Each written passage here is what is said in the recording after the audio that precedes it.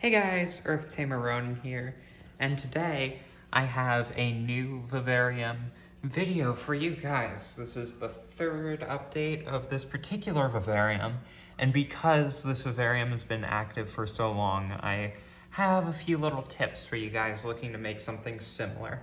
So, you may know back when I started this Vivarium, I moved in my pet Orchid Mantis. And those of you who know about Orchid Mantis lifespans could probably guess that, yes, at this point he has died of old age, although he lived surprisingly long for a male Orchid Mantis. So that was pretty cool, and I think having his last few weeks/months inside of this Vivarium has been an enriching experience for him, and when I get another Orchid Mantis, I will look forward to raising him fully inside of a bioactive enclosure like this. So, first thing to talk about is all the growth inside of this vivarium. So all the plants that you see here have been here for a long time, like over several weeks, and they've all started to actually take in root, and they're doing quite well, except for the mosses. All the moss, well, most of the moss, I just added today, because I had been having some trouble with a range of mosses that I was getting in a big batch. They would come in half dead, and it just wasn't working out very well. But recently I got in a terrarium moss kit, and all their moss was just bright green. And so I used most of it in this vivarium, and I'm saving the rest of it for another vivarium/riparium project I'm working on, and you should see hopefully in the near future, but I'm working out some mechanical difficulties with the setup. So other than that, all this growth is nice and full, and even if you go around this side, like this white plant you see, like white and green, started out very small, like only a few inches high and 3 stems. It's just taken over this entire backdrop in a couple of weeks. So with these kind of vivarium setups, you definitely do want to trim stuff back when it overgrows its boundaries. So like this plant right here had a huge stem. I cut it back, and now it's starting to grow out a new sprout. So yeah, don't forget your original composition once you've started growing in a vivarium, so that you can adapt it with all the new little sprouts and stuff you get. But if you let it just overgrow because you don't want to like cut back the plants, then it loses its original glory. Other thing you guys may be wondering is about the orchid. It is still alive back there. It just hasn't sprouted again yet since I first added it, but that's okay. I'm sure it'll bloom again sometime in the near future.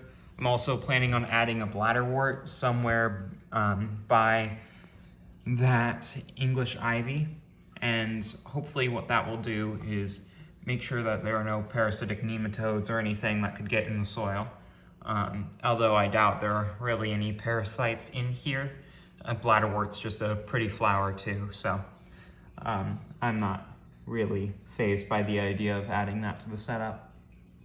Another thing I've discovered with having this vivarium up so long is that some of these plants, I will like cut them back as I described earlier, but then like if you notice, so I had this as the original plant, and I cut off the entire second stem that had grown around this part, and I just put pieces of it in the vivarium, and those pieces have started to like grow roots, and so I think they're gonna turn into full-on new plants, which is pretty cool. So you might want to keep that propagation trick in mind.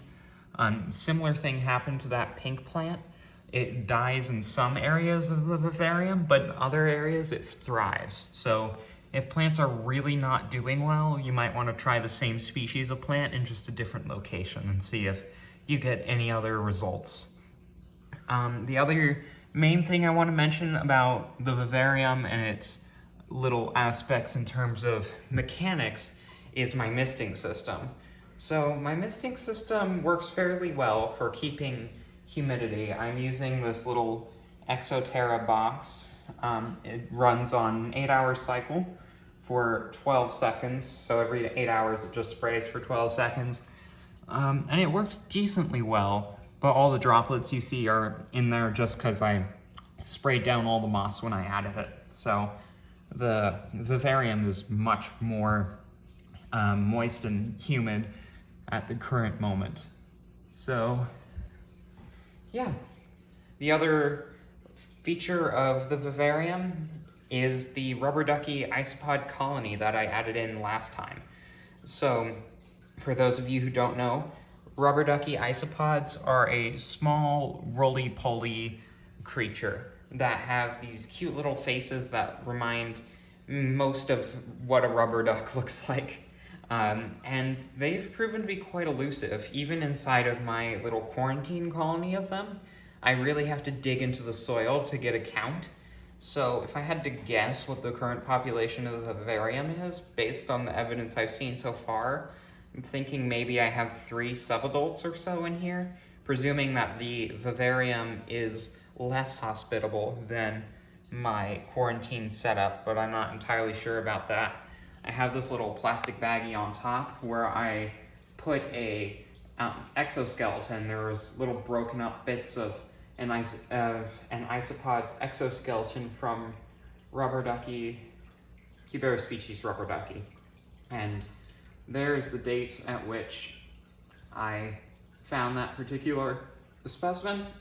So it's been quite a while, and so while I have no real concrete evidence that they're still in here, I have a feeling that they're still thriving just deep in the soil, much like you don't really see springtails once you add them unless you go digging through the substrate and all that stuff.